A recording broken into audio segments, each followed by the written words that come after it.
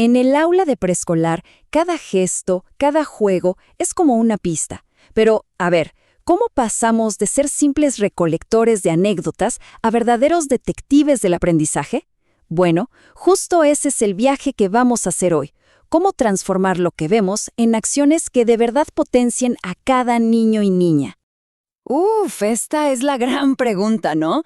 Pasa muchísimo que acumulamos datos, anécdotas, fotos y la carpeta de evidencia se hace enorme, pero la claridad no siempre crece con ella. El riesgo es ahogarnos en un mar de información sin saber cómo usarla para marcar una diferencia real.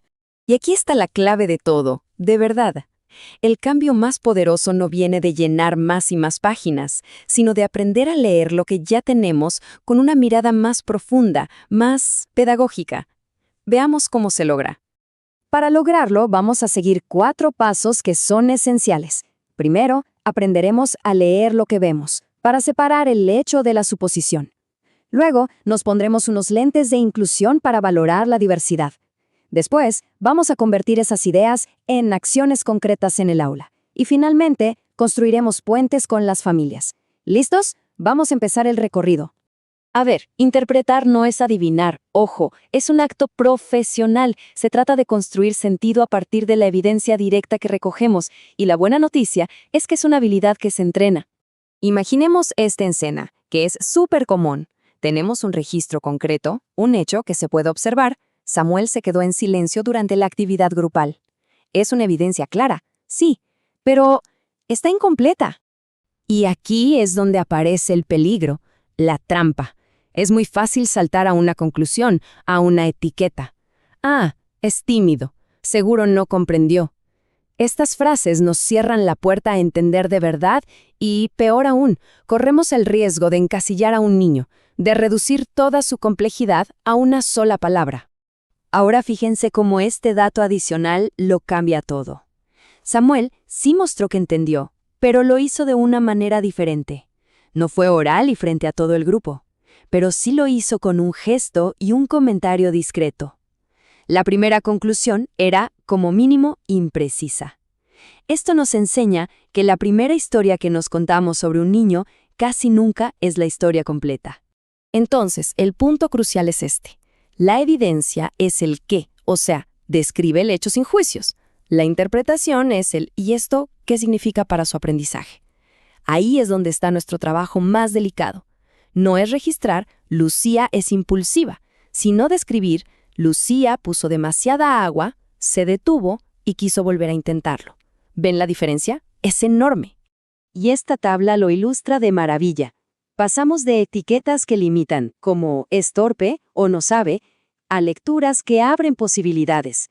Reconocemos el proceso, la estrategia que usa la niña o el niño y la necesidad que puede estar detrás de su acción. Nuestro trabajo es hacer siempre este salto, de la etiqueta a la posibilidad. Muy bien, ahora pasemos a una idea que, de verdad, lo cambia todo. Una buena interpretación exige reconocer una verdad fundamental del aula preescolar. La diversidad no es la excepción, es la norma. No todos aprenden ni demuestran lo que saben de la misma manera, y eso está bien. Esta frase es súper poderosa. Nos recuerda que la responsabilidad de ampliar la mirada es nuestra. En lugar de esperar que todos los niños y niñas encajen en un molde único, tenemos que ajustar nuestra observación para captar la riqueza de todas sus respuestas. A ver, es que participar no es solo levantar la mano y hablar. Para nada. Un niño que observa con una atención increíble, una niña que imita un procedimiento, quien reorganiza los materiales con una lógica propia, todas son formas válidas y valiosísimas de participar. Nuestra evaluación tiene que ser lo suficientemente sensible para capturar todas estas maneras de estar y aprender. Aquí vemos cómo cambiar el enfoque. En lugar de estar comparando constantemente, nos centramos en el proceso individual de cada uno. En vez de esperar una única respuesta correcta, ampliamos las formas de evidencia que consideramos válidas. No vemos una diferencia como un problema, sino como una pista que los guía para entender mejor cómo aprende esa persona. Muy bien, ya observamos e interpretamos con una mirada mucho más rica. Ahora, ¿qué hacemos con esa información? Porque si la evaluación no nos ayuda a enseñar mejor, se queda incompleta. Este es el paso hacia la acción. Este ciclo es clave, es oro puro. Nos muestra que la evaluación y la enseñanza no son dos cosas separadas, sino que se alimentan todo el tiempo. Observo para ajustar mi enseñanza, y ese ajuste me da nueva información para seguir observando. Es un proceso dinámico, constante, que impulsa nuestra práctica día a día. Volvamos al ejemplo de Lucía, ¿se acuerdan? La evidencia nos muestra dos cosas. Por un lado, necesita apoyo para mantener la secuencia, pero por otro, tiene la capacidad de notar un error y la iniciativa para corregirlo. No es solo una dificultad, es una combinación de necesidad y fortaleza.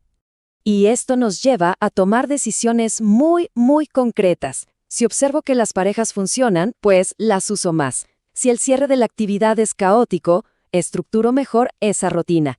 Si un apoyo visual ayuda a alguien, lo incorporo de forma sistemática. La evaluación nos da las pistas para hacer ajustes pequeños, pero súper significativos, que, sumados, transforman el aprendizaje. Y llegamos al último paso de este proceso, que es fundamental. Todo lo que hemos llegado a comprender sobre el proceso de un niño o niña necesita ser compartido con sus familias, pero la forma en que lo hacemos puede construir o destruir la confianza. La diferencia es radical, ¿no? Pasamos de etiquetas que juzgan y que hasta alarman a descripciones que explican la situación y que ya sugieren un camino de apoyo. El lenguaje que usamos tiene un poder enorme. Describir el proceso en lugar de etiquetar a la persona es una regla de oro. Este modelo de 4 pasos nos guía para tener conversaciones mucho más productivas. Empezar por lo positivo crea una base de confianza. Ser concretos evita malentendidos. Escuchar a la familia enriquece nuestra propia mirada. Y acordar pasos a seguir nos convierte en un verdadero equipo, trabajando juntos por el bienestar y el aprendizaje de los chicos. Entonces, para resumir, todo se concentra en estas 4 acciones. Se trata de interpretar con prudencia, valorar la diversidad, tomar decisiones que mejoren la práctica y comunicarnos para crear alianzas. Estas son las claves de una evaluación que de verdad acompaña el proceso de crecer. Y para cerrar, queda esta pregunta. La próxima vez que se observe una situación en el aula, una respuesta inesperada o un momento de dificultad, la invitación es a detenerse un segundo antes de la conclusión rápida. ¿Qué otra lectura es posible? ¿Qué nos está mostrando realmente esa niña o ese niño sobre su manera única de aprender? Justo ahí es donde empieza el cambio.